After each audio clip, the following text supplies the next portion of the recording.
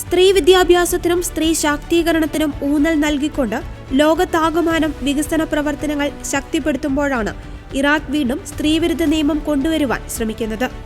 നിയമപ്രകാരം പെൺകുട്ടികൾക്ക് വിവാഹം കഴിക്കുവാനുള്ള പ്രായം 18 വയസ്സിൽ നിന്നും 9 കുറയ്ക്കുവാൻ നിർദ്ദേശിച്ചിരിക്കുകയാണ് ഷിയ യാഥാസ്ഥിതിക ആധിപത്യമുള്ള ഇറാഖ് പാർലമെന്റ്.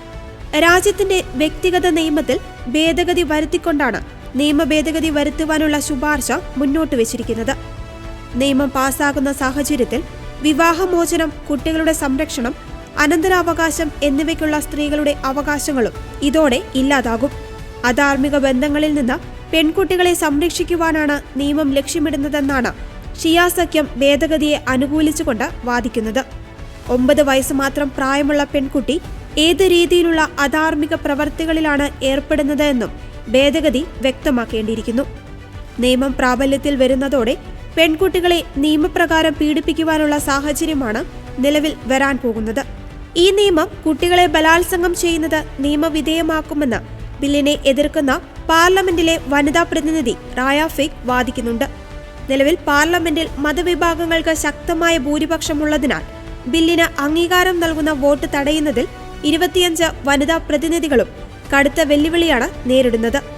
ഈ ബിൽ പെൺകുട്ടികളെ ലൈംഗികവും ശാരീരികവുമായ അതിക്രമങ്ങൾക്ക് സാധ്യത വർദ്ധിപ്പിക്കുന്നുവെന്നും അവർക്ക് വിദ്യാഭ്യാസം നഷ്ടപ്പെടുത്തി സ്കൂളിൽ നിന്ന് പുറത്താക്കുന്നത് എളുപ്പമാക്കുമെന്നും ബില്ലിനെ എതിർക്കുന്നവർ വാദിക്കുന്നുണ്ടെങ്കിലും പ്രായപൂർത്തിയാകാത്തവരെ വിവാഹം കഴിക്കുന്നതിൽ എന്താണ് തെറ്റെന്നാണ് പാർലമെന്റിലെ ഒരു പ്രതിനിധി വിദേശ മാധ്യമത്തോട് പ്രതികരിച്ചത്.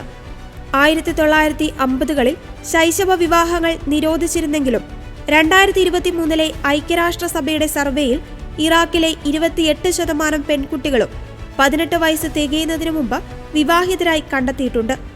താലിബാൻ പോലെ സ്ത്രീകൾക്കെതിരെ അതിക്രമങ്ങൾ വർദ്ധിപ്പിച്ചിരിക്കുകയാണ് ഇറാഖും. പാലസ്തീൻ അഭയാർത്ഥി പ്രശ്നങ്ങളും ഇസ്രായേൽ പാലസ്തീൻ യുദ്ധങ്ങളും തീവ്രവാദികളെ സായുധ സേനയായി മുദ്രകുത്തുന്നവർ ഒരിക്കൽ പോലും ഈ വാർത്തകൾ ഏറ്റെടുത്തിട്ടില്ല എന്നതാണ് ഏറ്റവും വേദനാജനകമായ കാര്യം. മതനിയമങ്ങൾക്ക് കീഴിൽ പെൺകുട്ടികൾ കീറിമുറിക്കപ്പെടുമ്പോൾ വിഷയം പൊതുമധ്യത്തിൽ ചർച്ച ചെയ്യപ്പെടുകയും ബില്ല് നിയമമായി പാസ്സാവുകയും ചെയ്യാതിരിക്കട്ടെ.